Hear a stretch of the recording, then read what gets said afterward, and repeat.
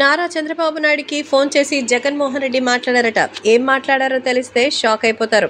ప్రస్తుతం దీనికి సంబంధించిన విషయం చూసి నిజంగానే రాబోయే రోజుల్లో రాజకీయంగా ఖచ్చితంగా ప్రతిపక్షం అధికార పక్షం అని ఉండాలి.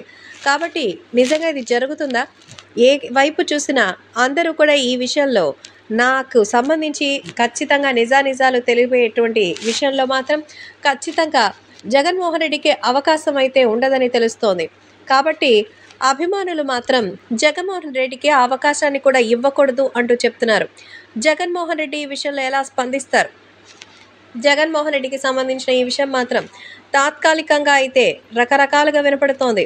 సో చంద్రబాబు నాయుడు అధికారంలో ఉన్నప్పుడు అందరూ కూడా రకరకాలుగా అయితే ఆయన ఇబ్బంది పెట్టారు. అప్పుడు జగన్మోహన్ రెడ్డి ఏ విషయంలోనూ రాజకీయంగా వాళ్ళ గురించి చెప్పలేదు. అయితే ఇప్పుడు అధికారికంగా ఆయన విజయం సాధిస్తారన్న దానికి ఏ పాత్రం రుజువు లేదని అయితే తెలుస్తోంది. కాబట్టి సోషల్ మీడియాలో సైతం ఈ విషయం సంచలనంగా మారుతోంది. అసలు తెలుగుదేశం పార్టీ అయితే ఆయనకి ప్రతిపక్ష హోదా ఇవ్వకూడదని ఎంతోమంది కోరుకుంటున్నారు.